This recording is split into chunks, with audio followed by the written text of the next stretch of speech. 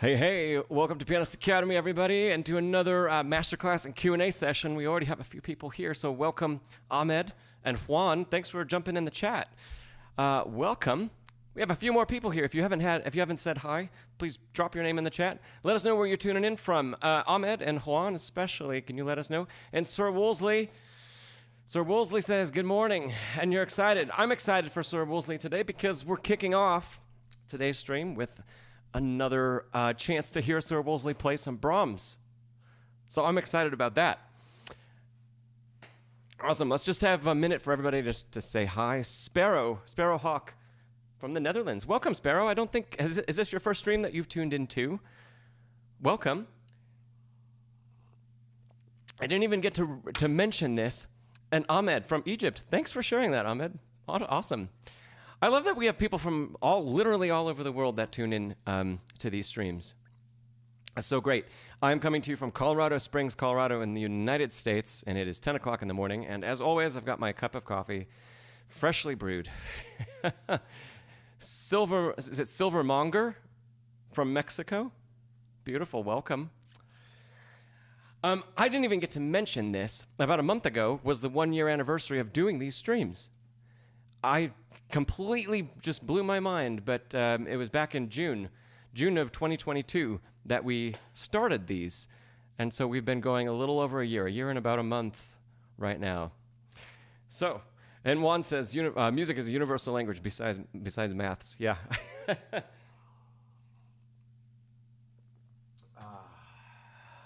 And Ser Woolsley says, coffee that I'll hopefully drink a little bit. I will definitely get some sips while we listen to you play, Ser Woolsley. Speaking of that, so Ser Woolsley has been working on a Brahms Intermezzo, Opus 117, number 1, and you've been working on this for a little bit, maybe a few months, Ser Woolsley, if that's right. And I know you sent in the first A section for us a little bit ago, and we took a nice look at that. And today you've given us an update, and you've sent in the A and the B section of the Intermezzo. So we're going to take a listen to that, and why don't we just jump right in because we have a lot to share about that, and then we'll get into Q&A for everybody. So I've got it all queued up here, and let's take a listen to Ser Woolsley.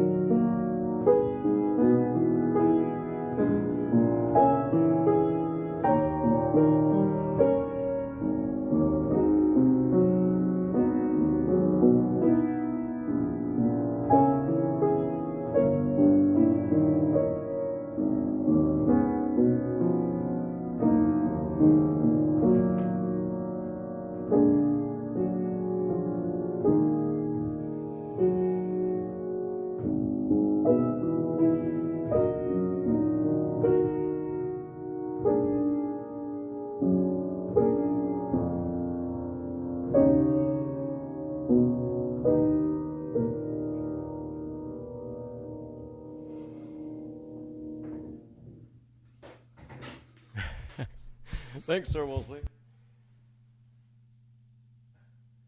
Let's give Ser Woolsley a little applause for sharing that and doing such a great job. Awesome. Beautiful, and welcome to Scott. Welcome to Scott Weaver. Thanks for tuning in. It's always great to see those of you that come back. Always great to see you, Scott, and Ser Woolsley, of course. And I know Ahmed, we saw you last time, for sure. So, yes, thanks, Juan. Thanks for that applause. I'm giving you some orchestra applause here on my knee. Brilliant. So, Ser Woolsley, I'm just going to go ahead and get started. But if you have any questions in particular for me, let me know. I know your email was pretty general, just whatever I see. But if something specific strikes you, be sure and jump in on the chat. So first off, since last time we heard you, a first page has come together really, really nicely. And I'll be sharing some of the music as we go through this, some of the score. So yes, that has come together really nicely. Most of the time we're doing a really nice job of bringing out where the melodic line is. It is a little quick, I'd say, and you're already aware of that. But that being said, it's always easier for us to feel what the melodic motion is and feel where things go to and come from, right? If we do take things a little bit faster. So I might not perform it that way, that quick, but it's a great way to practice, and it's a great way to just feel where is the melody going, right? So even if you said, I think in your email that you were just a little anxious because it's a lot of stuff to get through. Hey, Jess, and hey, Rajat. Awesome. Welcome. And I know, Ser Woolsley, you're a big fan of Seymour Bernstein, and I know that you've listened to his recording, and I know you've listened to his... in fact, I saw your comment on tone-based piano this morning on Seymour's video talking about this piece and Glenn Gould's playing. So I know a little bit of how you feel about the piece, and let's just jump into some details, and we'll come back to interpretation in a little bit. And welcome, Jess. Okay, so there are a couple very, very basic things that I just want to mention first about your first page, and then we're going to dive into the second because that's the newest stuff. So, Ser Woolsley, be sure, and if you haven't looked at the music in a while, maybe revisit a couple things because we're missing some of the rhythms in a couple places. So I'll just show you what I've got on my screen, even though it's got all of my notes that I just took. Okay, so looking at the first page, at the end of each of these systems, we messed up the left-hand rhythm. Let's put this in a different color so we can see what I'm talking about. We messed up the left-hand rhythm right here. So be sure that we get that 8th note in the right place and don't make it a 16th. That's a small thing, but it sticks out when at the end of each of these systems, second system here, these need to be 16ths. Even if they're slow and even if we're taking rubato, they still have to be within the realm of a 16th note rhythm. And what ended up happening in your performance, Ser Woolsley, was these were completely 8ths. And maybe you were looking for where to go, or you were trying to remember what comes next, or, and this would be the worst thing of the two, we have forgotten that those are supposed to be 16ths, and we've taken so much rubato that we need to revisit that a little bit and make sure that this is still, even if we don't play it that fast, the melody is still da da da da da da, so that we don't take that too far out of context. Same thing in the third system, end of the third system.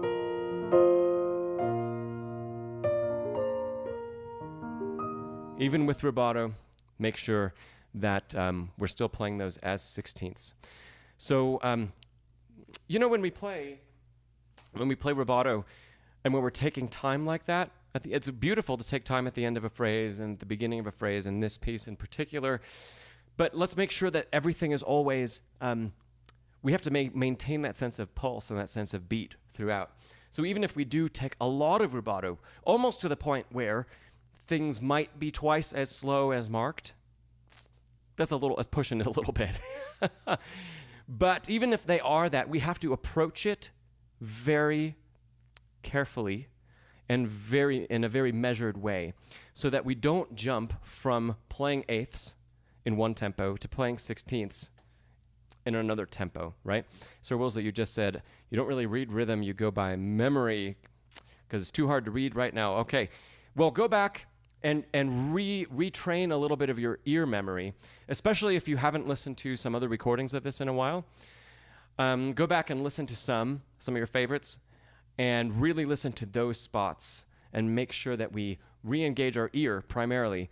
It's less about reading the right rhythm, but making sure that our ear knows that these are supposed to be 16ths in relation to the other notes, even in the rubato. So when we take that rubato, we carefully measure how much slower we get, and we can't just drop off a cliff within the span of an eighth note, right? And then we can't also climb all the way back up to our original tempo in the span of an eighth note as well. So be aware of those things. A couple more things down on the first page. Okay. This is our fourth system. So this is one place in the whole first page that we lost a little bit of the sense of where the melody was going. So continue to be aware of that and make sure we know that. So again, this is made easier by looking at the music. If you can remind yourself in a few places, can we remind ourselves that this B, that one is the melody.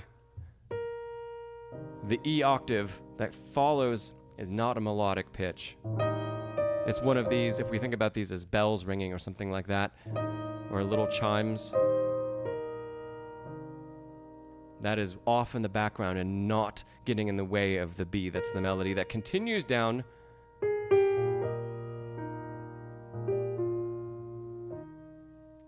Right? Hope that makes sense. And also, you'll see down at the bottom of this page, I wrote good. This bar was especially good. We have our octaves that lead into the final system. And what was especially good about this was that you made an extreme color change. So the octaves were beautiful, that led us in, and they had one feeling, right? And then when we changed register, it was significantly different, which is great. All right, so really, really nice job at that. Now, let's get in to page 2.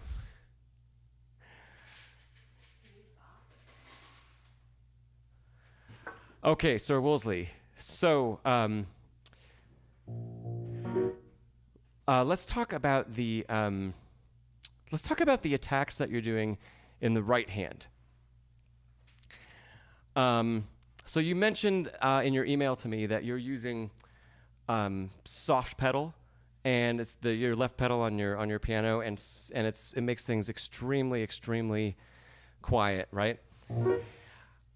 I just want to. It sounds great on your current instrument, and you're doing a nice job of voicing, but I just want to warn you that if you continue to attack things so strongly when you move to another piano, this is going to be really far out of context. So you're building in some muscle memory that I just want to caution you about, because this is a lot of sound and way too much. And that's how it looks like you're playing some of those top notes to voice them up.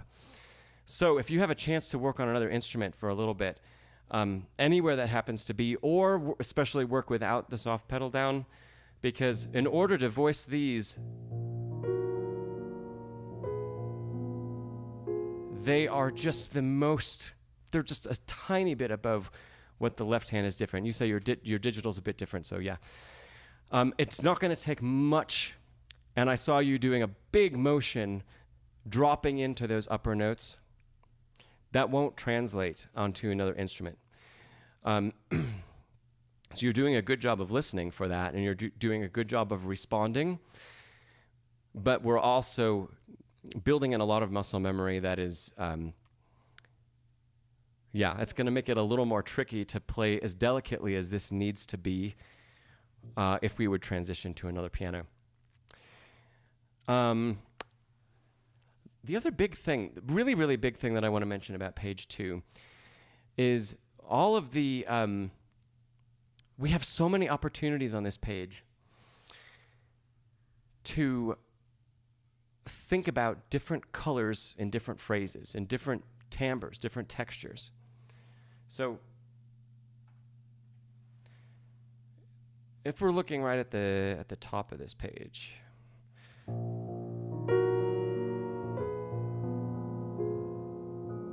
this is just our establishing bar in this new section. Let's just leave that as it is, right?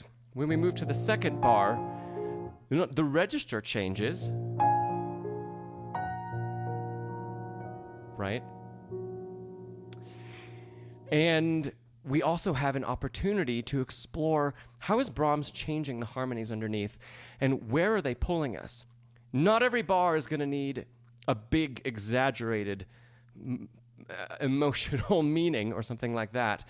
But some of these really can be. Let's keep going. So after the second bar of this page,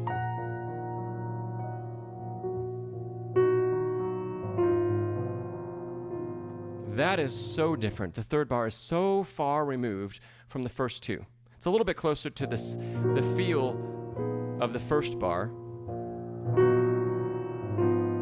But that is, even in E flat minor, that is such a dark harmony that we move to. We can really highlight that. So I'm looking at that bar in particular. So if we take it from the top of this page, maybe bring out when it ascends just a little bit, and then that is such a place to sink in and really explore the tonality there and how different that is. And again, how varied it gets when we move on to the next bar. That's somewhat of a resolution, right? So if we can continue to think about where is there conflict in the harmony and where is there excessive color change presented already by the harmony itself. And then can we highlight that? Can we bring more of that out? If we go on, there's another harmony that's far removed from where we are in E flat minor that resolves to a beautiful, very related chord. And now similar things are going to happen. Let's see. Oh, that bar. I love that bar. So this is the second system you can see on the screen where we have this low C. Again, there's all kinds of opportunity there to voice that and to take time. And I'm saying take time despite some of the things that we've heard about hairpins and Brahms. And here's why.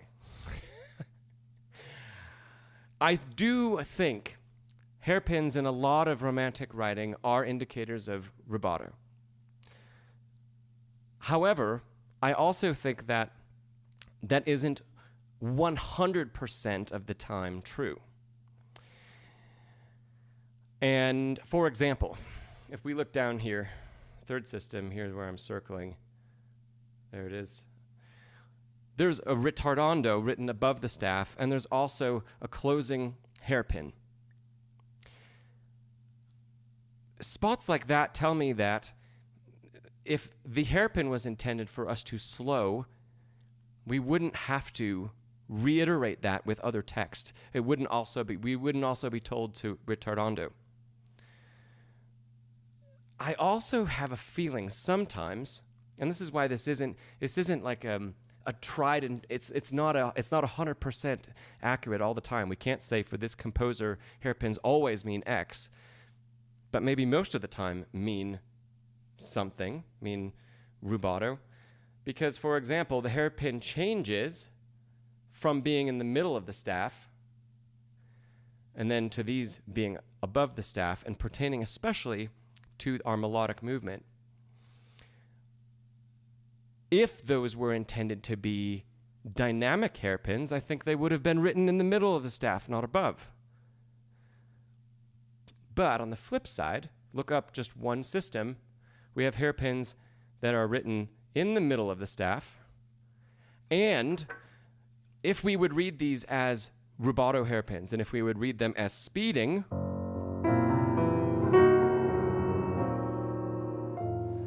we would have to be going quickly through probably the most dramatic harmonic change on the entire page. Definitely the lowest pitch on the entire page that Brahms explores. And so I question if those hairpins actually mean to speed through that and then to pull back. Or if they truly mean, in the way I would feel it if there was nothing written on the page, if I was just playing the notes, I definitely feel those as dynamic hairpins, not as rubato. I don't want to push through and speed past one of the most dramatic moments.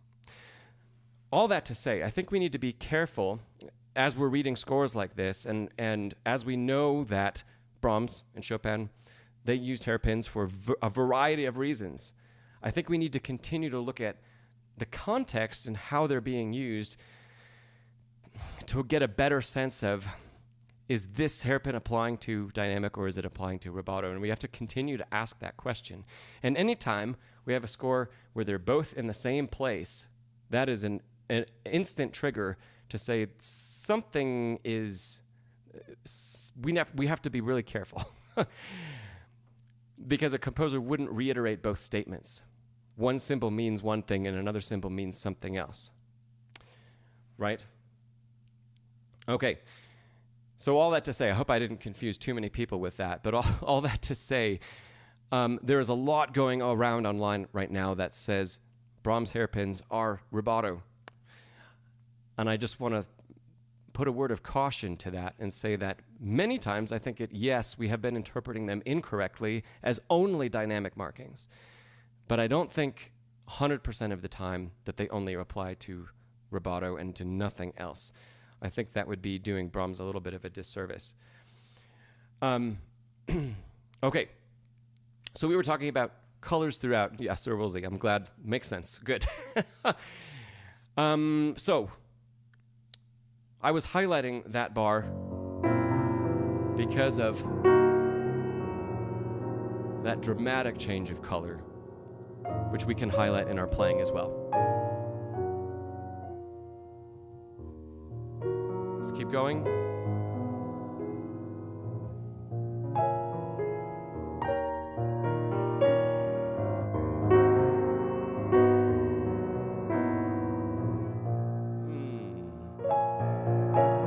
There it is. So you can see all of the time, especially when we do have these changes of register up and down, those are built-in opportunities to find ways of slightly varying how we're bringing out different lines. We don't want to do it every time. That'll make us a little bit seasick because we're always getting pulled one direction and then another. But those are great places to look. When we ascend to do something, it's not going to be necessarily an echo. It might be. It could be a more pronounced statement because it's ascended, but not every time. So just continue to think about those, Ser Woolsley. The last thing I wanted to mention, and I think this really applies to everything on all of the pages, both pages that we have here, is our pedaling. Okay. We'll stick with the second page for now. Hello, Bedlington Groomer. So, I think there are some opportunities here, Ser Woolsley.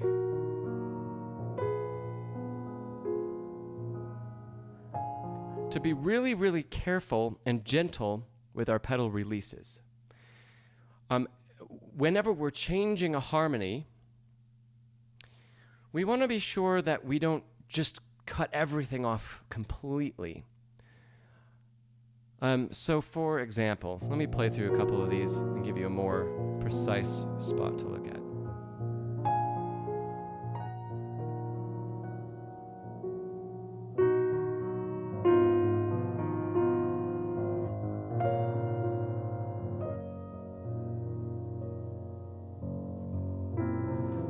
So there's one. I'm at the end of the first system here, going to the second system.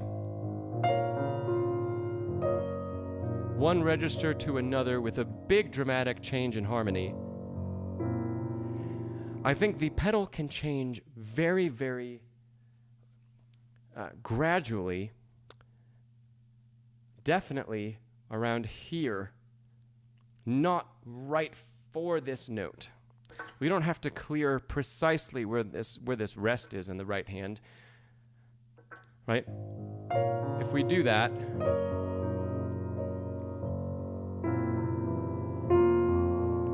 we lose a little bit of the singing quality of the top line. So I think the top line can, many times it can linger and it can stay a little bit in place. And also, I know there are some places, let me find one, where the bottom can do the same thing.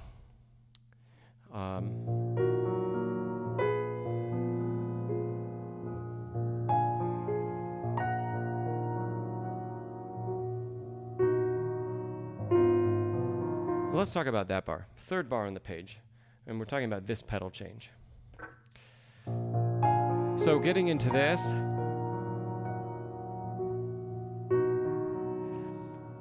can we change the pedal, but also use some finger pedaling to make sure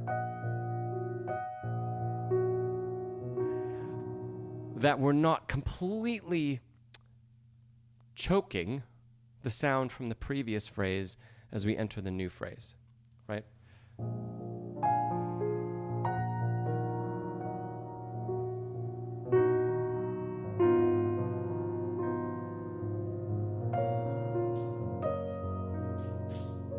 So throughout all of that,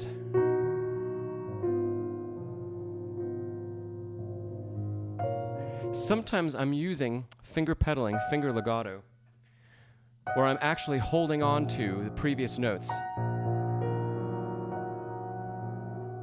across the pedal change and letting them just naturally decay into the next harmonic change.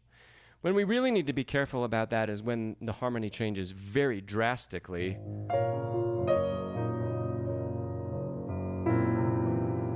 Like that. We can do a little bit of bleed to make it nice and smooth and beautiful, but we don't want that to bleed fully into, because that does not sound good. There's too many minor seconds going on.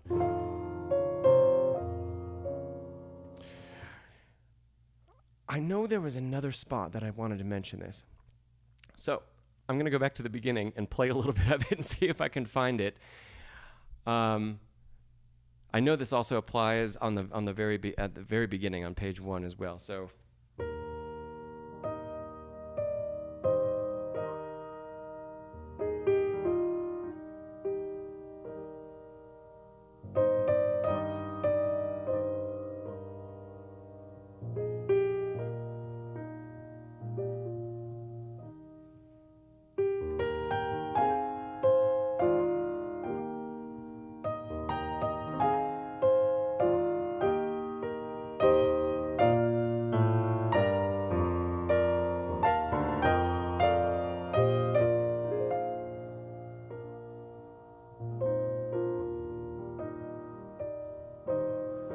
There's a spot. So throughout all of this, hey, welcome, Doa. Throughout all of this, Ser Woolsley, I remember seeing you do a lot of very large and somewhat aggressive pedal changes throughout this whole first page. If you can strive to maintain some of the lowest resonance throughout our pedal changes, because we only get to play these low E flats once per bar or so, right? So can your changes be just enough that we clear some of these neighbor tones in the melody, but that we still have just a little bit of the low note ringing? However much we can sustain there, that's going to be great. So all that to say, releases are going to be more gradual and not all the way to the top of the pedal, right? Yeah.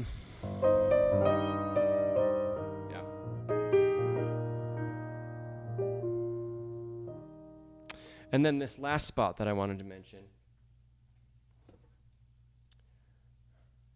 So second system, coming into this, the restart of the phrase here.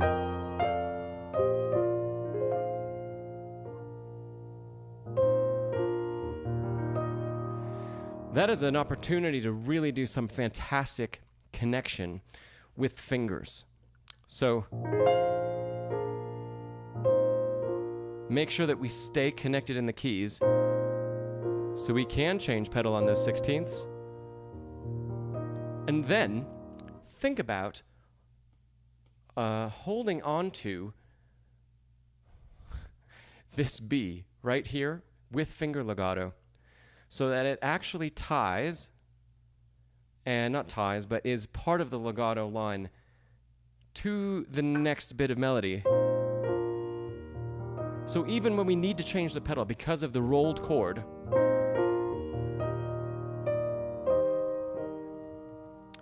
can we sustain that melody note so that we hear that connection? Yeah? Welcome, Dith. Great. So Woolsley, does that make sense, what I'm talking about there? How we're using finger legato across a pedal change to make sure that we maintain that sense of melody and that it doesn't get either blurred, which isn't good, or lost, because when we pedal for that rolled chord in the left hand, we have to pedal for the E flat because we can't hold it.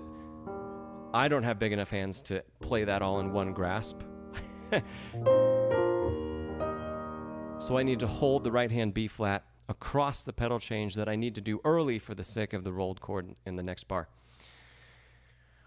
And then jumping over to your question, Ser Woolsley, you said the last bar of page 2, do you think I did good with the voicing, like the melody was going the way you kind of did? Okay, let's see. Last bar of page 2. Oh, yeah.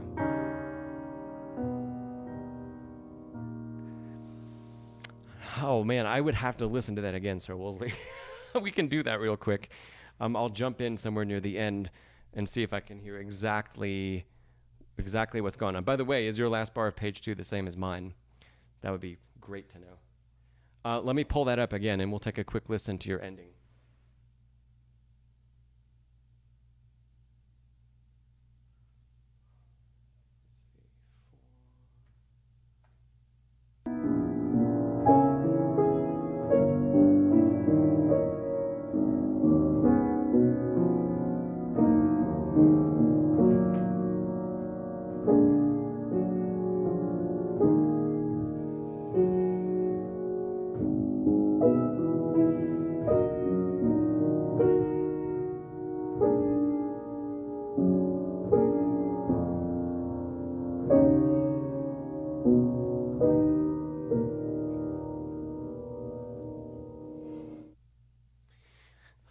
I think it's in the right direction, Ser Woolsley. Yes. I would definitely say the chords that you're playing, while the melody is descending here, the chords we need to voice down more. so that they're really far in the background. Not the first one here, but then we want to make sure that we don't hear, oh, Ser Woolsley, your messages are, I think they're coming through. So we want to see that we can really hear that descending line and not have our ear pulled. Something like that. Just one line. And then again in the next bar. So the rearticulation of this E flat chord is very, very, very quiet. We need to hear it more pronounced at the beginning of the bar because we have to hear the statement of the harmony. It can't just be all melody. But when it's restated, it's just a little bit of a rhythmic placeholder, and we don't want it at all detracting. So I think the melodic shape you're making is really, really nice and really, really good. But I would just caution you about the surrounding chords. And that's hard to do. It's hard to play one thing out. And at least we don't have to do it at the same time, right, Ser Woolsley? So just, if you can, while we're holding on, because we have to play these finger legato, how soft can you make the repeat of those chords in the last two bars? I think that'll wrap it up for our talk through these first two pages of Brahms. Ser Woolsley, feel free to follow up on anything that we talked about if you want to. Let's give him another round of applause, by the way. This is definitely, it's not an easy piece of music. Yeah. So great job, great job. Continue to see, Ser Woolsley, if you can. Can you pull the tempo back and still maintain a beautiful sense of melody? And, oh, you have a question here, yeah. For the next few lines of the third page, is it okay to make the melody switch from left hand to right hand? Or is it better to switch hands? Let's see. Oh, I would do it the way Brahms wrote. I would definitely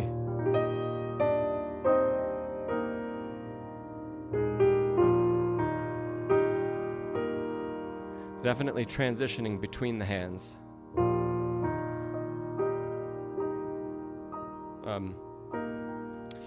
I wouldn't do a crossover there.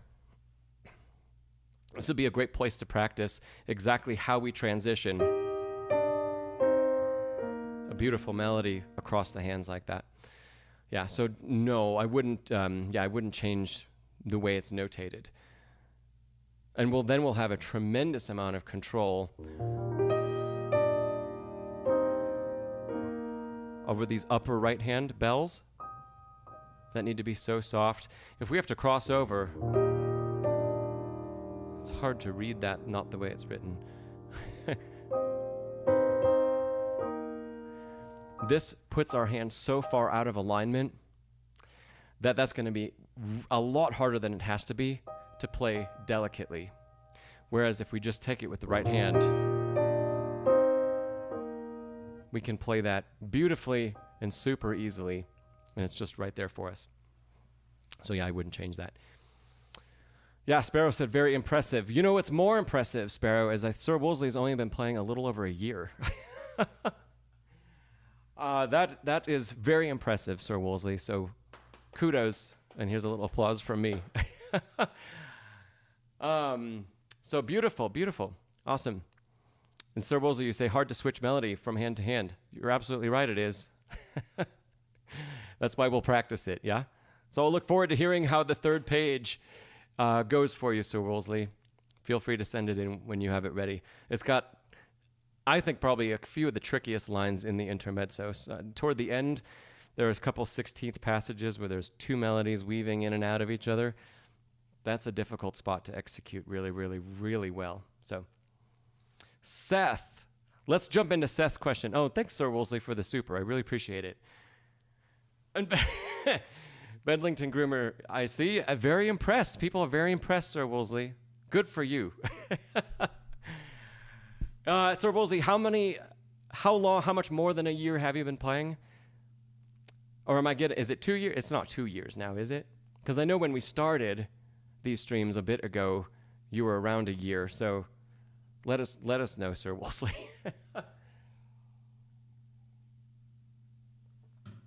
So I'm going to jump over to Seth's question. And welcome, Seth, by the way.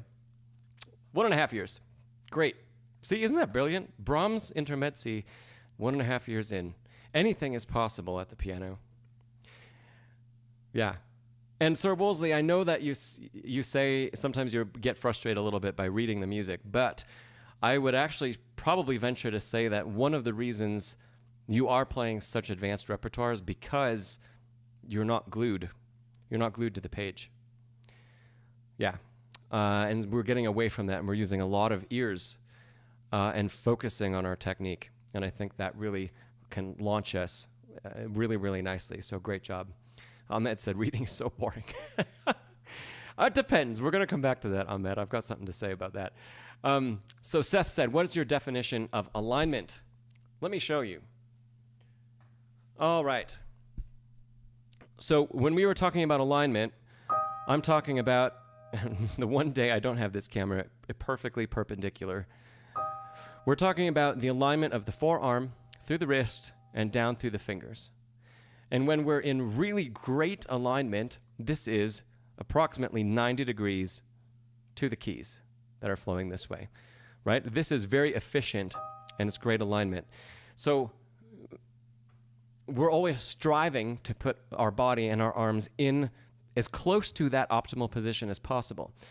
When we have to do something like a big hand cross, like this, you can easily see, even though the camera's not lined up, how out of alignment the left hand is, and it makes this big angle as we go back, as my fingers go back to actually play the notes that they need to. That's really poor alignment. And in really poor alignment, it's really hard to execute things without extra tension and without, as efficiently as possible, with as much control as we know we have. So we always strive to keep as much alignment as we possibly can. And we do that a lot of times by leaning on the bench back and forth. So you're not going to be able to hear me super well as I do this. But if I were to, let's say, lean with the body, with the torso,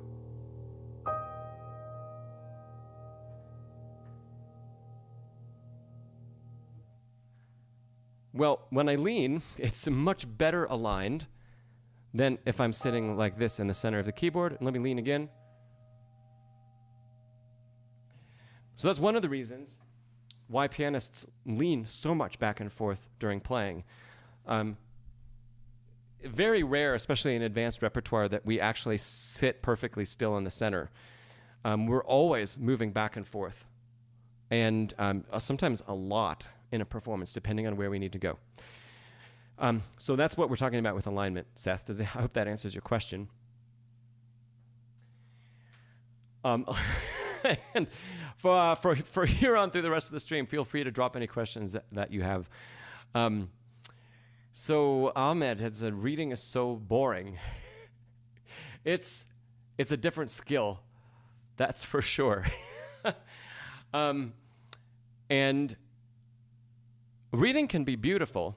In fact, I haven't practiced, the intermezzo that we just worked on, I have not practiced it. I looked at it for a few minutes before we got on the stream, but I was basically sight reading that. So reading can be a good thing because we can play a whole lot of music. When we become really good readers, we can play a whole lot of music without having to spend excessive time practicing it. Now, I'm a very good sight reader. I cannot sight read, if Raj is still here, I cannot sight read Rachmaninoff's second piano sonata or any of his concerti or anything like that.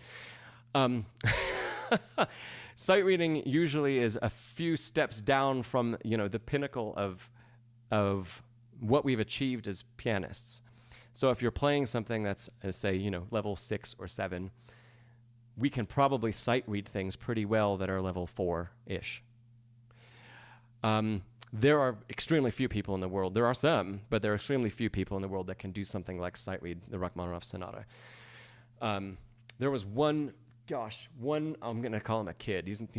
He's only 2 years younger than me.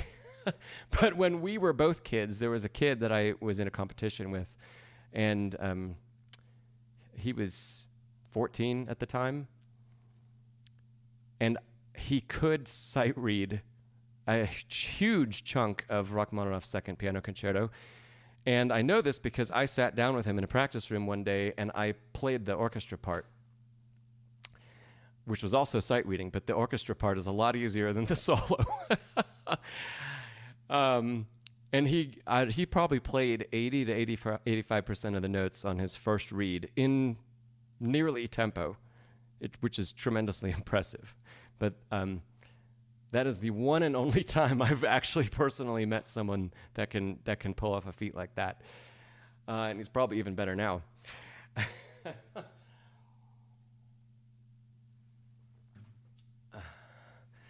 Dith, you've got some great questions. Let me jump back to Ahmed had another question here. How to practice long trills in the left hand. Let's answer that first, and then I'll jump over to these other questions from Dith, okay? So Ahmed, it's going to be the same way that we practice with the right hand. It's just going to take a little bit more time, especially if you are right-handed and not left-handed. I find usually people, their dominant hand trills more easily than the non-dominant hand. So if you're right-handed, your right hand trills are probably working pretty well. The left-hand ones, we just incorporate the same type of exercise. So rotation especially, if we need to trill for an extended period, use spaced fingers.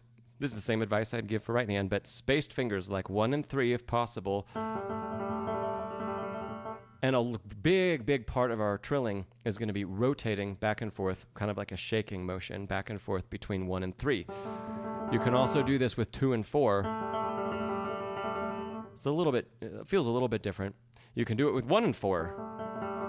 But the space between fingers, or skipping a finger with your trilling fingers, I find can make a really beneficial difference if that's an option in the repertoire. If you have to play with consecutive fingers, like 1 and 2 for some reason, 1 and 2 is going to be an easier one, 2 and 3 are going to be easier, and of course as we move down the fingers toward the so-called weaker ones, that's going to take more and more practice to get that coordination. So, Ahmed, have you ever practiced Mozart's trill exercise?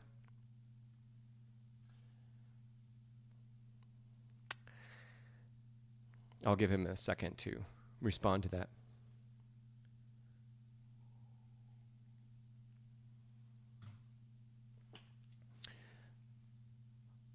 Let's see what he says. Mozart's trill. No, you haven't. Mozart's trill exercise is, well, here you go, Ahmed. I'll show you with the right hand first. So we're going to pick 2 notes. That can be any 2 notes. Let's use E and F for now. Okay, and in Mozart's trill exercise, we're going to start with finger combination 1 and 2. They don't have to be extremely fast, but we trill back and forth. Then without pausing, we're going to change our upper finger to the next finger in the group, or the next finger up the hand. So 2 is going to change to 3. And then 2, and then 1 on the bottom, which is now our lower finger, 1 is going to change to 2. So we're going to continue this alternating fingers until we have walked through all of the finger combinations, which include consecutive fingers like 1 and 2, and alternating fingers or skipped fingers like 1 and 3. And then 2 and 3, then we use 4 on the top, and then 3 and 4, 3 on the bottom. And then we use 5 on the top, and then we use 4 on the bottom.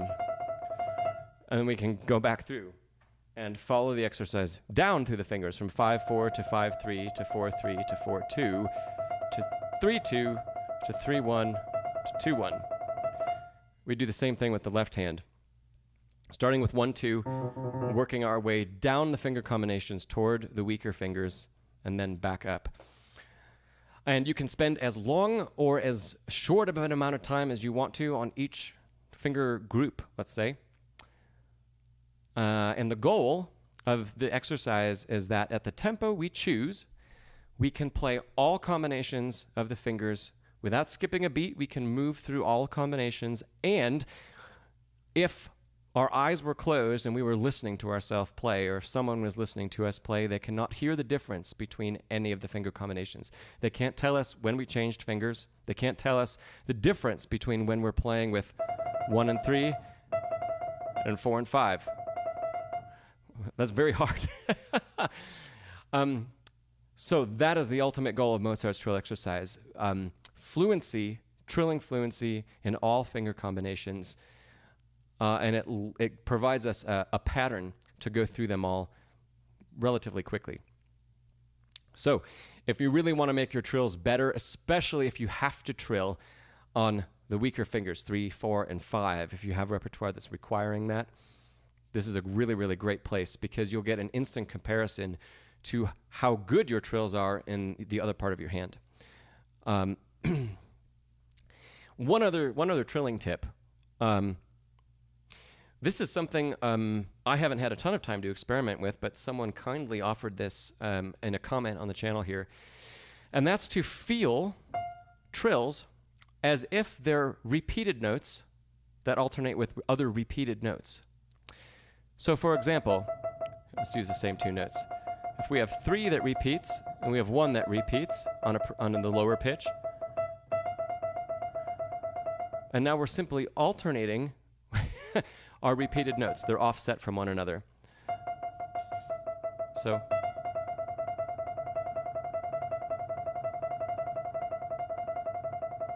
I'm thinking less about the rotation in the hand and more about the feeling of articulation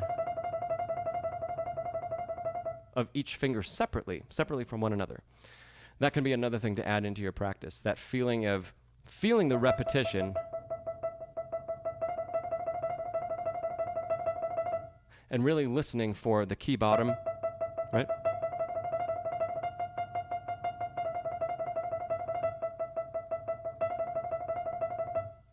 So that could be another thing, of course, to do it with the left hand as well. Good, good, good. I hope those are helpful, Ahmed. Let's jump back over to, let's see, Dith's questions. So Dith asked, do you think it's better to learn one piece that is just above your level or several that are at or below your level? I think it's always better to be working on multiple things. But that said, I would always recommend having one thing that's at or just above our current level. We should always have something that we're working on that's really challenging us, I feel. If that goes on for too long, or if we have too much repertoire like that, sometimes I take students back and we have months where we just simply focus on some easier stuff. And we say, you know what, we just hashed out and you know, worked our butts off trying to get one 5-minute piece of music, let's say, ready and performable, and we spent 9 months on that. Well, at that point, we need a break, and we need to explore some more music. And we need to do a little bit of, let's say, catch-up on other styles that we've been missing, other periods of classical music that we've missed out on, other types of practice, ear training and other things like that. So there's other things that we need to catch up on. So in the meantime, I would always suggest, if you have time to practice all of this, one piece that's at the pinnacle of your current achievement level or just a hair above,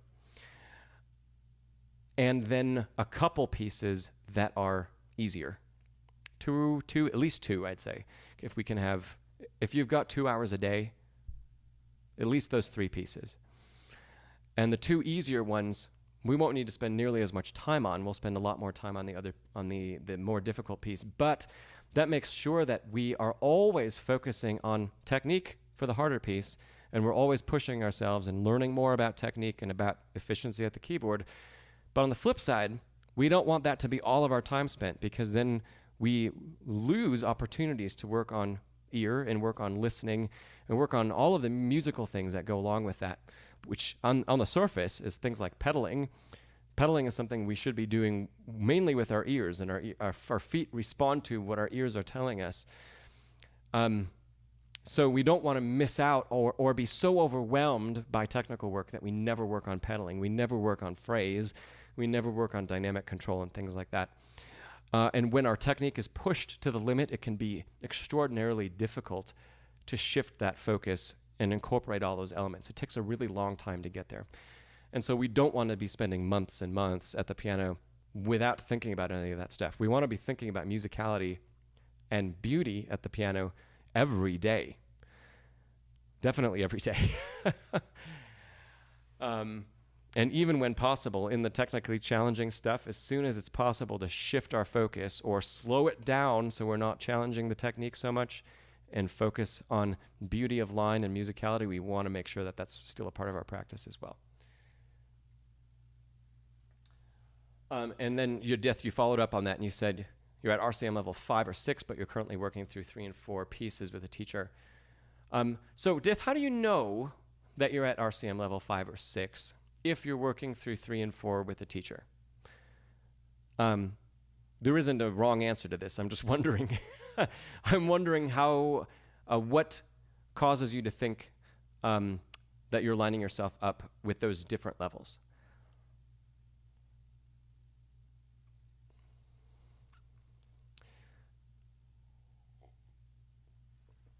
We got some great questions here. Let me give Dith a chance to answer that, and then we're going to jump over to the next ones.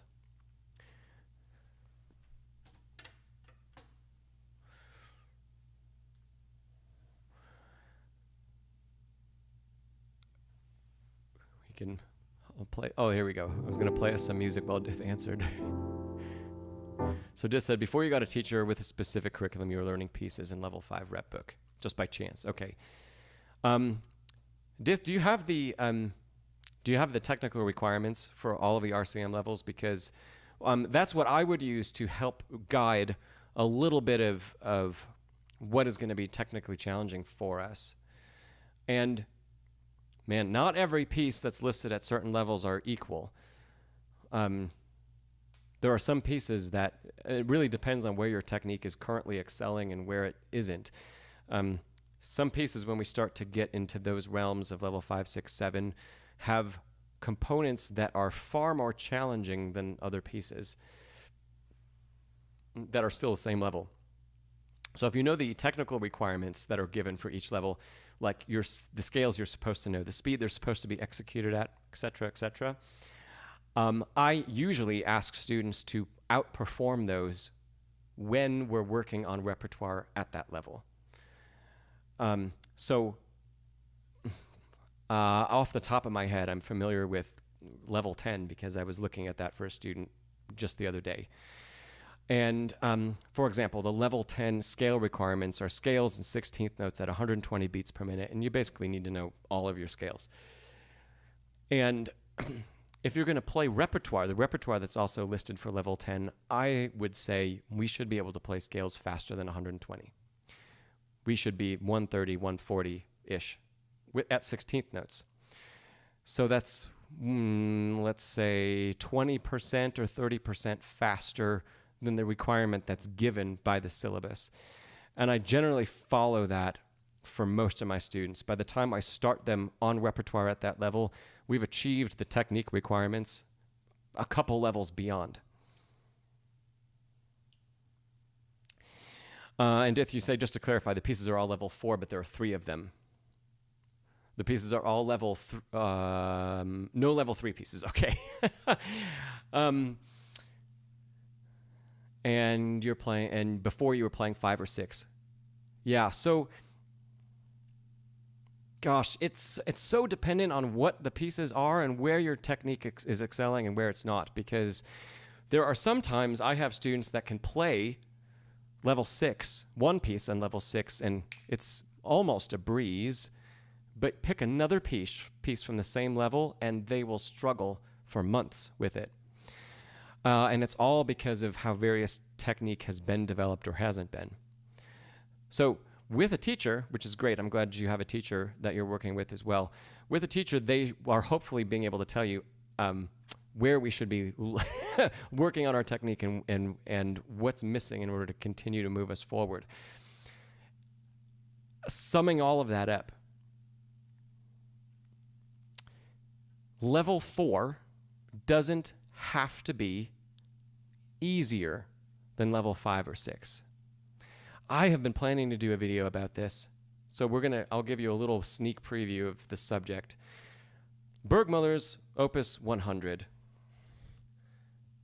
Most people think of Opus 100 as very easy, like late beginner repertoire.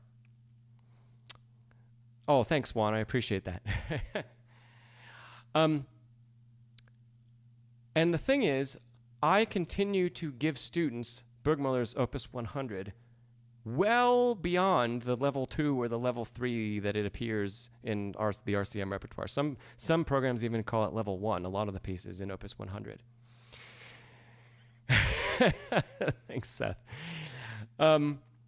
So the reason for that is the high end of tempi that Burgmüller gives and really precision execution is not what is demanded of students at level 2 when they first encounter Burgmüller. Like, I pulled up the arabesque because it's something that everybody plays. Right? Okay. How many level 2 students actually play 152, which is the tempo marking? None. And it's not required. So, part of my point is, no matter how pieces are programmed in a syllabus, and this is just one example, it's one that I'm very passionate about, there are many ways to challenge students with them when students have achieved levels beyond. So, I recently gave the arabesque to a student of mine who plays level 8 in RCM. And I asked that student to play it with the utmost professional interpretation, musicality, and execution, which would never be required at level 2. And guess what? That student learned a whole bunch of stuff that they never learned when they had played it years and years ago prior. So there are, especially with a really good teacher, there are a lot of things that you can learn from level 4 pieces. Even if you're playing level 6, if you've achieved level 6, there's so much you can still learn 2 levels previous. With the bonus that you'll be able to learn the notes faster and dive into some of the more intricate detail a lot sooner. It will be up to you and your teacher to challenge you to say, no, this is the level we need to play this, right? Here's another example. Debussy's Reverie is usually level 8 or 9 RCM. When you reach that level that you can attain playing the notes, the requirement to get a really high score on your test is a certain level of performance. That is still far from giving a professional level performance. If you gave a professional level and you're actually studying level 8, you should probably get 100%. Or bonus points, because no adjudicator is expecting that. So I hope this is kind of coalescing for you, all of this stuff. There's plenty to work on that keeps us challenged at the lower level of pieces, and I wouldn't take that as a step backward if your teacher is suggesting that. There's also plenty to be learned by challenging ourselves and looking at higher level pieces as well. We just want to maintain a balance of all of those things. So, yeah, all that to say, I wouldn't have a problem working on level 4 stuff with a level 6 student, as long as we're not running out of time and you want to take the test and test out of the level and move to the next one. We want to make sure we have enough time to learn the repertoire we need to, that's required. But in the meantime, there's still an incredible amount we can learn. And if we're missing some technical stuff and we have a piece that we know we want to play in level 6, there are going to be pieces in level 4 and level 5 that are going to help prep us. If we've missed some technique along the way, they're going to help prep us to get to that point. Because the lists of rep are so long and extensive, students never come close to playing all of it. And there's so much that's missed. If you don't play all of it, or 50% of it, there's so much that's missed from level to level. So take what you will from everything I just shared. Debussy's Reverie.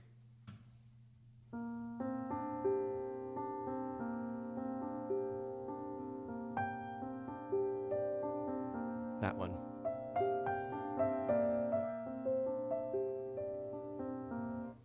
Yeah. And Seth said, yeah, you can play Reverie, but you're terrible at scales. So Reverie challenges a little bit of arpeggiation, and it challenges us to play melody between the hands. We get some nice little octave work in there too, but it's nothing like playing Mozart at the same level. So that's a great example what Seth just brought up. Playing a Mozart that's an equivalent level, you'll be playing scales that are very fast. But it'll still be called the same level piece because the interpretation, let's say, of Debussy and the expansiveness of the writing makes it challenging, which is different technique than the speed and the agility required to play Mozart at a similar level. And if you say the Chopin A minor waltz is RCM 6, and that piece finally convinced you to get a teacher. Awesome. And that's how you found the channel. Well, I'm glad you did. Ser Woolsley, I've not heard Dennis's first arabesque yet. I did see that he posted it, but I haven't had a chance to listen to his performance or watch what he talks about in his tutorial yet. But I do subscribe to Dennis's channel, and I check out what he's posted. That would be, I feel like that would be a really fun collaboration if we had a chance to work together on some stuff. I don't know how we would accomplish this, but I've been thinking about asking him to record the 2-piano version of Pictures at an Exhibition together with me, but not in the same room. It would be a technological challenge. But I think it could be a lot of fun if he's willing to do that. So, I'm throwing it out to all of you first. And if you communicate at all with him, drop him a note about that. And I'll email him at some point when I have some time to get practicing again. Let me answer Bedlington Groomer's question about expansiveness, and then I'm going to jump back to some of the other questions that came in. Expansiveness is I simply mean the width of the writing for the hand. So a lot of Debussy, even Reverie is considered one of the easiest Debussy pieces. The writing for the hand is very wide. And so we're playing a lot of octaves. Let me actually pull it up.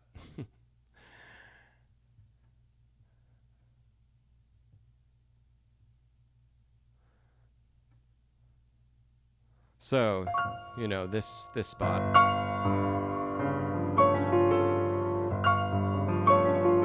We have octaves in one hand and large arpeggiation in the other hand. Further along here, yeah.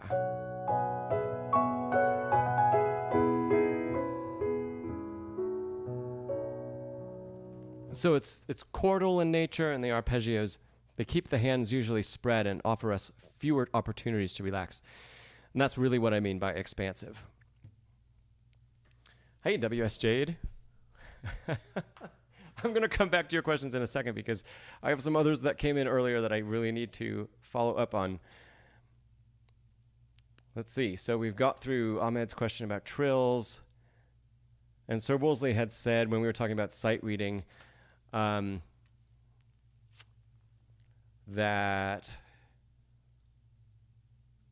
you can perfect a piece. I'm summarizing what he said, but you can perfect a piece more quickly because you don't have to take as much time learning the notes.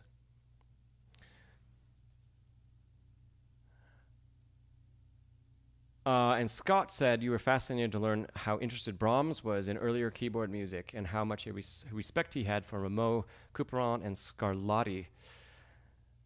And you purchased his complete Couperin. And cool. It is interesting because, I think a lot of great composers, we forget that. Chopin, too, had a great respect for Bach and Beethoven and Mozart and earlier keyboard work. And sometimes it's easy to forget that because their own music is so different, and it went in such a different direction from what was previous. Seth had a question about counting. And you said, Seth, when learning a new piece, should you always be counting the smallest subdivision, even if it only appears sporadically? I would say no.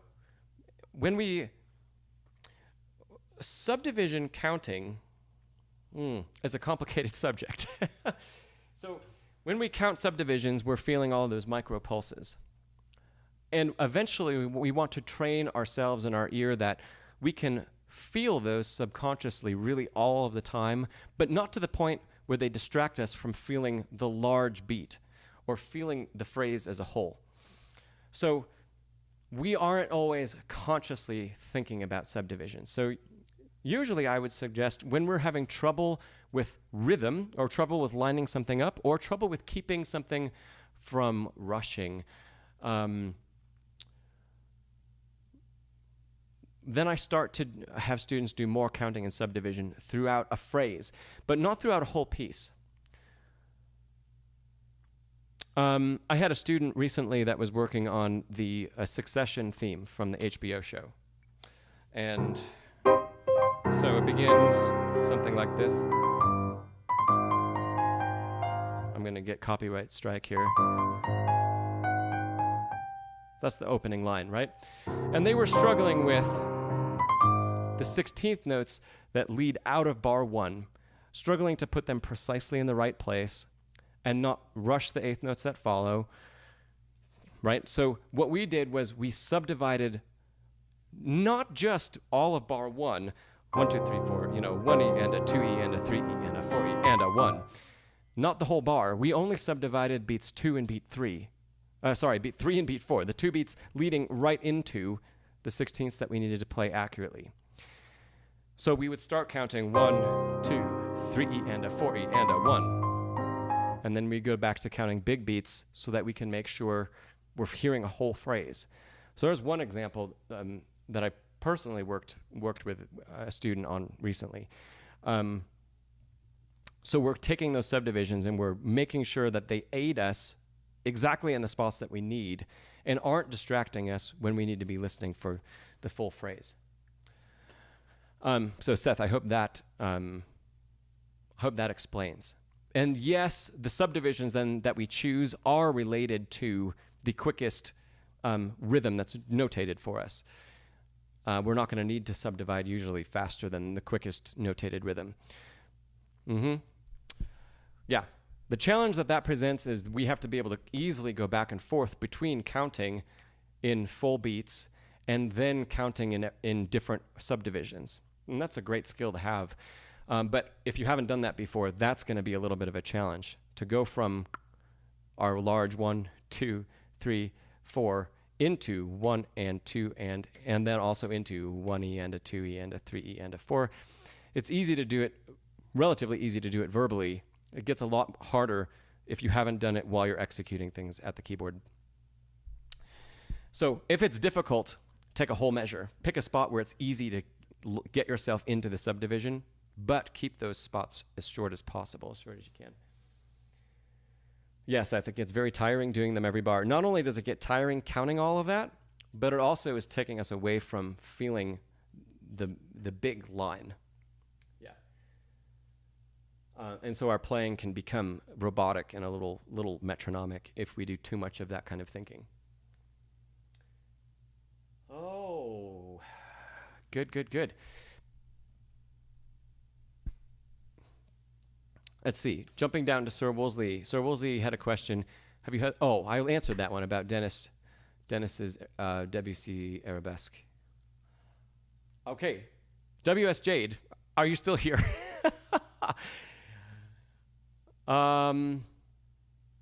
They ask, what do you do with students that don't practice or insist they can play a higher level than they're at?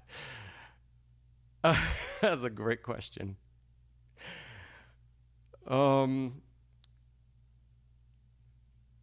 I'm thinking about how I want to explore that answer, because there are a couple things I've done that I wouldn't do with every student. It depends on their personality. I'll just start telling some stories and we'll see where they go. I had a student once, a transfer student, who is interested in auditioning for Juilliard. And if I'm completely honest, they were very far behind where they needed to be. They were a teenager. They had a lot of ground to make up in 2 years. And they thought they were hot stuff, really hot stuff. And so at the beginning of our lessons, or when we started lessons together, they didn't practice very often. And they would come in to a lesson and they'd fly through something like literally a Liszt Transcendental Etude, and they would get an incredible number of notes wrong and all kinds of stuff. It would be bad. And they would say, okay, like, what did you think? That was great. And I'd, kind of shake my head and I'd try to be polite about it at the beginning. But what I started doing was pulling apart every note in every bar that wasn't correct. And when you're talking about a piece like a Transcendental Etude, there are a lot of notes. And so when we wouldn't get past bar 4 after 30 minutes, they would start to get the idea. And eventually, this student told me a couple months after we started lessons that they couldn't believe how much I could hear, because they thought they were just like getting through the rep and it was fine and it was good, and they never had a teacher previously work in detail with them, and so they just stopped practicing because they didn't think they had to. So that's what I've done in the past, especially if the student thinks that they're really, really good and they're missing a ton. I don't criticize, but I tell them, I give a lot of very pinpointed examples of what's not working. And they start to get overwhelmed with how much of that there is. And usually students of mine that have exhibited that type of behavior and personality, they're very driven people. And so they go home and they practice a ton. They go from 30 minutes a day of practicing to 4 hours a day because they want me to hear that they fixed everything that I asked for. Not everybody's like that. Jess said you could have asked the student if they'd consider law school. That's funny. So that type of approach assumes that someone's going to leave a lesson and be challenged by that and go home and practice. And not everybody's like that. So I wouldn't do that in every case.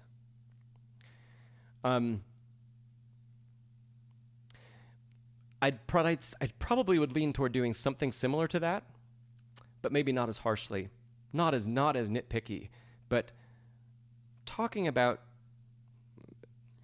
music and meaning. You mentioned you followed up WSJ, and you said specifically, you mentioned asking RCM 6 to play 4, for example, and I'm taking it you mean like someone that has achieved a certain level, and then we ask them to drop. And they think that it's easy. And we're not talking about DITH. We're not talking about you in particular. We're just using those numbers as an example. I would challenge the student to find everything possible in a piece of music. If they think it's easy, my goal as the teacher is to show them no piece of music is easy. DITH said it's certainly not too easy. I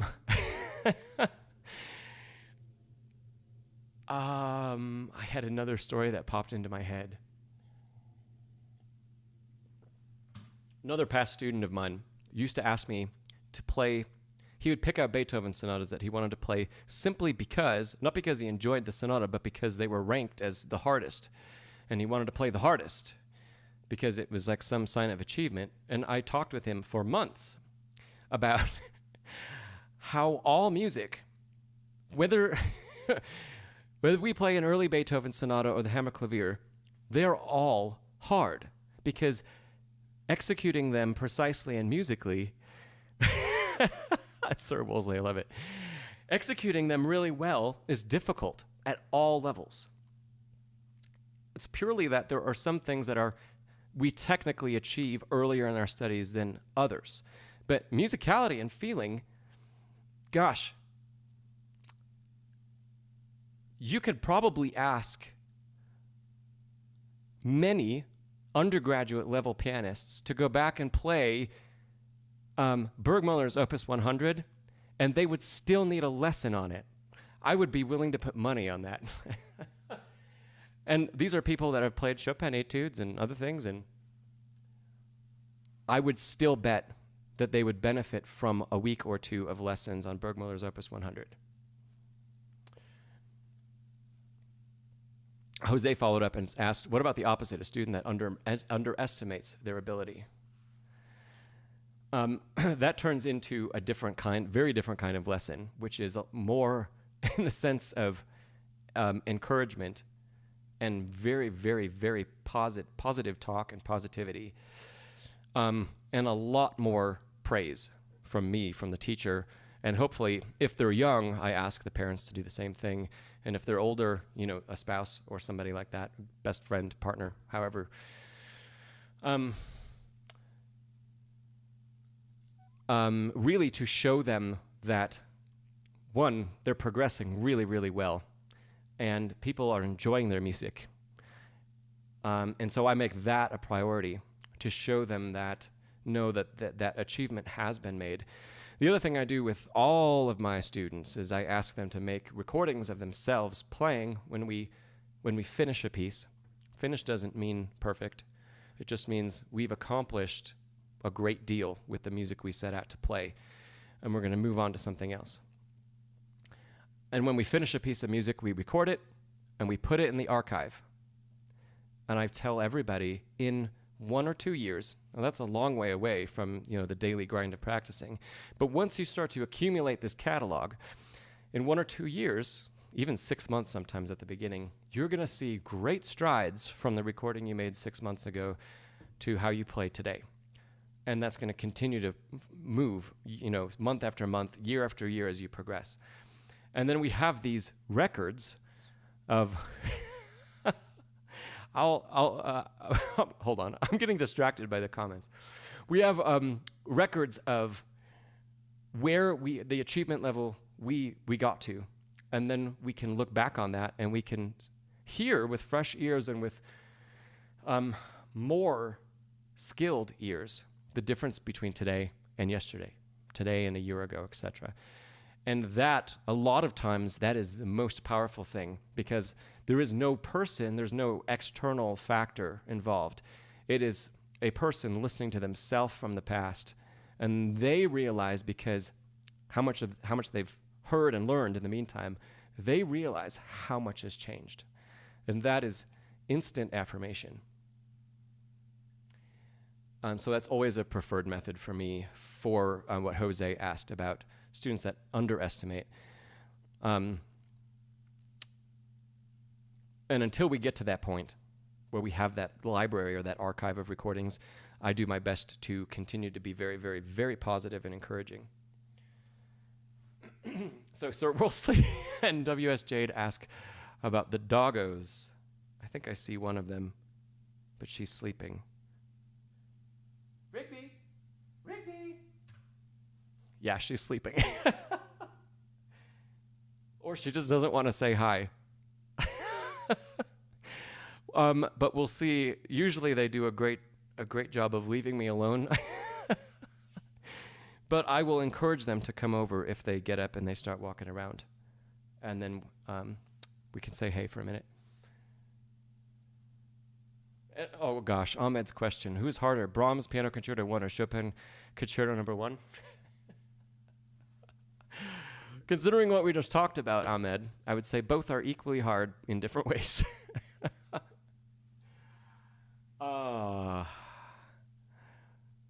Yeah, we're gonna leave it at that.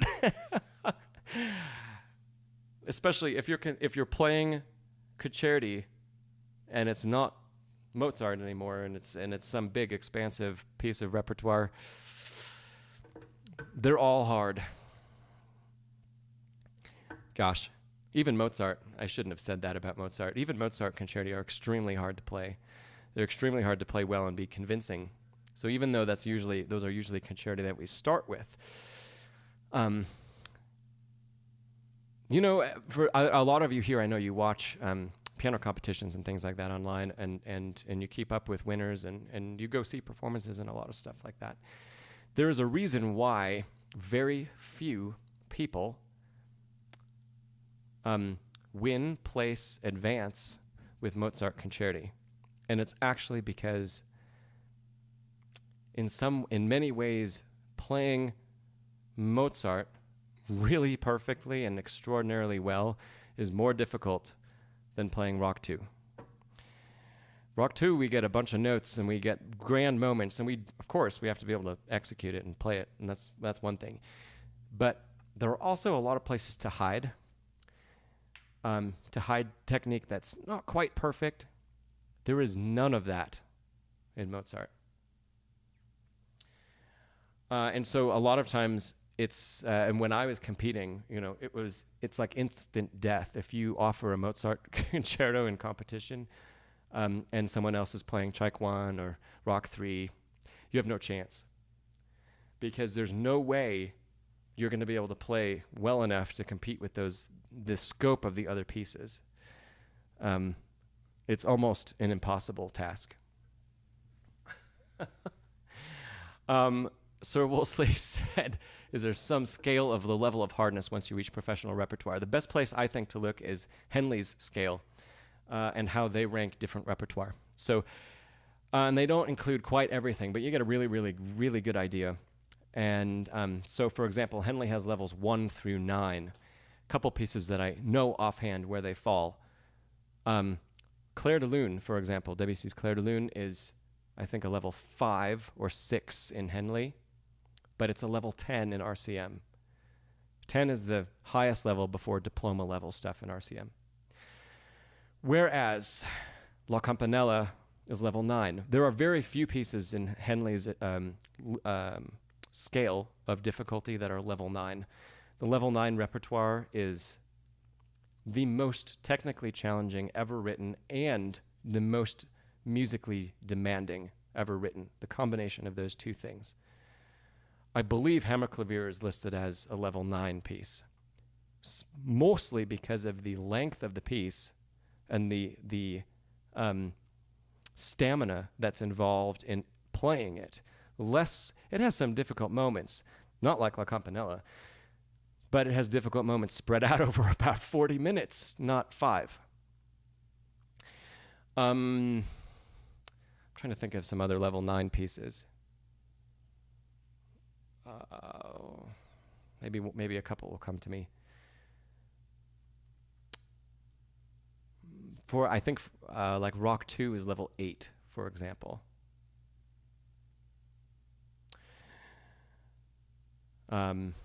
The majority of the Beethoven sonatas, except for Hammerklavier, fall somewhere between level 6 and level 8.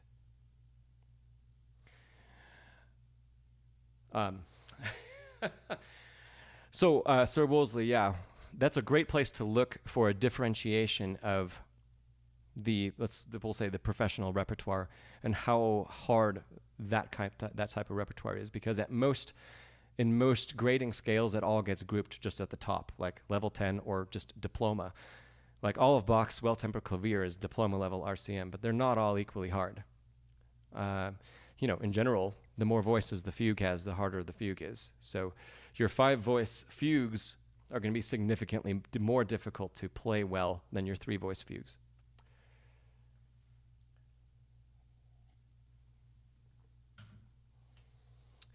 Oh, let's see here.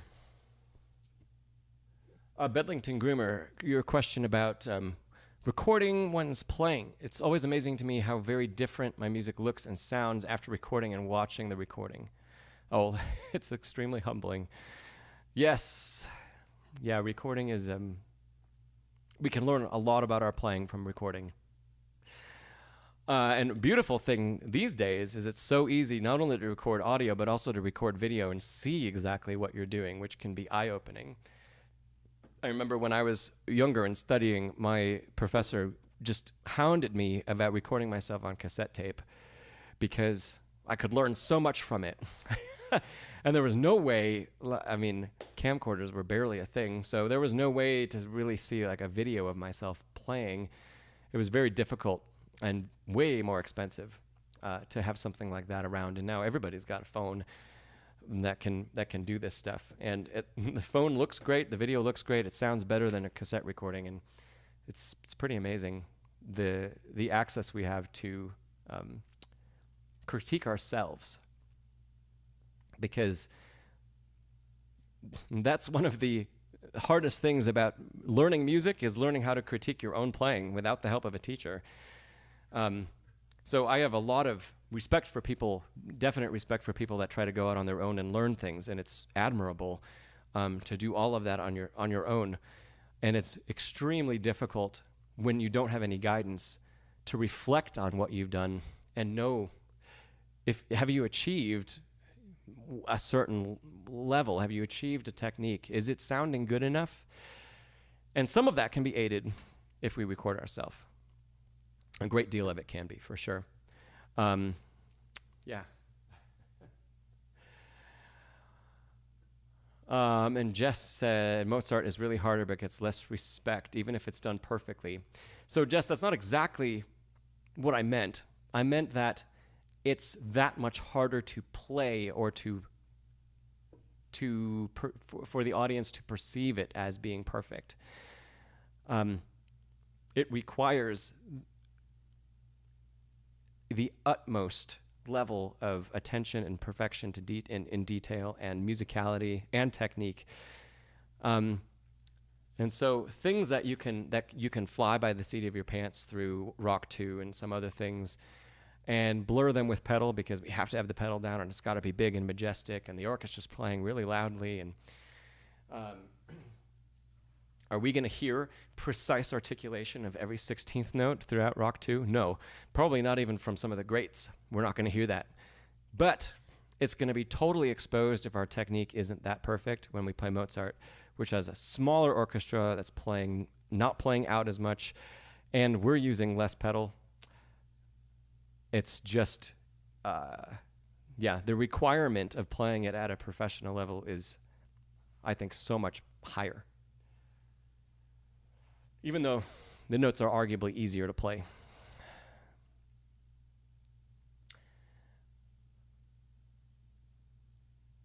Bedlington Drummer, you had said, I wonder if that's the same for much more advanced students, and I don't know what you were referring to when you wrote that, so I'm sorry.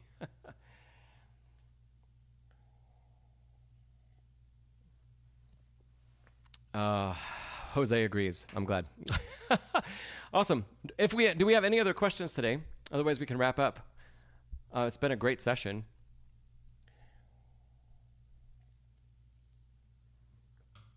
Oh, Bedlington Groomer, about a question about recording. Is it the same for more advanced students? Where it's helpful, where recording is still helpful? Absolutely. Yeah.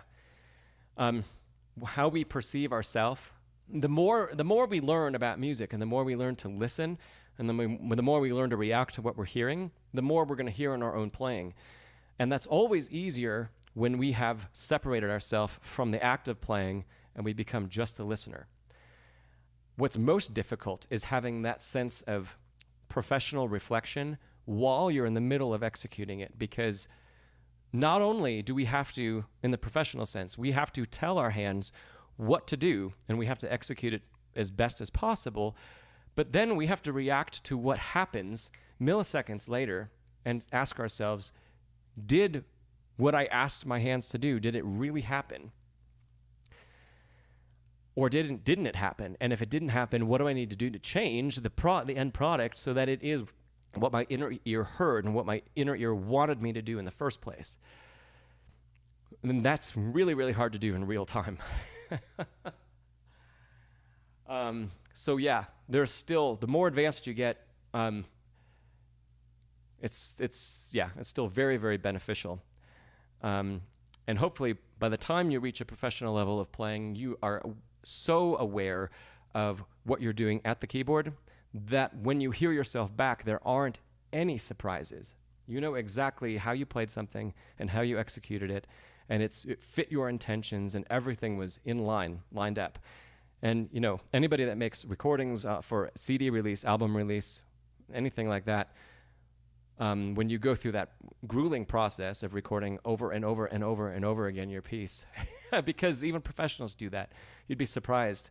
Professional classical musicians, even if they tour, they don't come in and sit down and play a piece once or twice and go through it. They nitpick everything right before they put their recording out.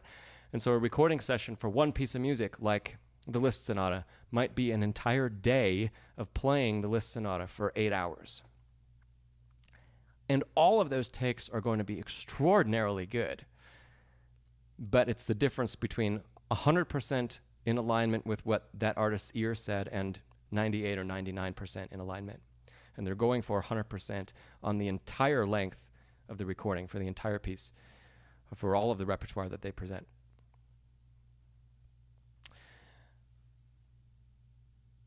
Yes. Ser Woolsley said, have you heard about the bad performance that Pellini did recently? I didn't hear about that, and I did hear that he's had some illness of some kind. I didn't get any more details than that, but I mean, he's had such a brilliant performing career. And I'm actually excited to say, for all of you that are still here, hey, if you haven't hit the like button, can you hit the like button for me? I'd appreciate that. And for all of you that are still here, I released my interpretation of Chopin's Nocturne, Opus 27, number 1, last week. I was actually planning on last week to release a different video, a video comparing 2 interpretations of that piece. And it got a copyright, all kinds of problems with copyright. And so much so, it didn't just it didn't have a minor problem. It got blocked worldwide because of the video content that I pulled from a couple other channels because I was discussing it. And this morning, I very happily received an email that all of the copyright claims were dropped because it's fair use, and I am allowed use of all of this recorded content because it's a discussion. So this Saturday, there's going to be a video discussing 2 interpretations of Opus 27, number 1, and one of them is Pellini. So that's why I bring that up. And it's kind of a deep dive, and I play examples from both Pellini's recording, and also Pellini was a winner, big winner of Chopin competition. I can't remember what year. Maybe in the 60s. And the last winner of the Chopin competition, Bruce Liu. So I've compared and contrasted both of their interpretations, which are wildly different. And was he 18 when he won? That's good for him. That's crazy. So in any case, you have that to look forward to on Saturday. And then there will be a masterclass for that piece coming out soon. I spent about 6 hours yesterday filming, and I'm not thrilled with how a lot of it came out, so I might redo a bunch of it. In any case. Oh, hey, Eleanor. Come here. Oh, we're going to get to say hi before we go. Come here. And now she got shy.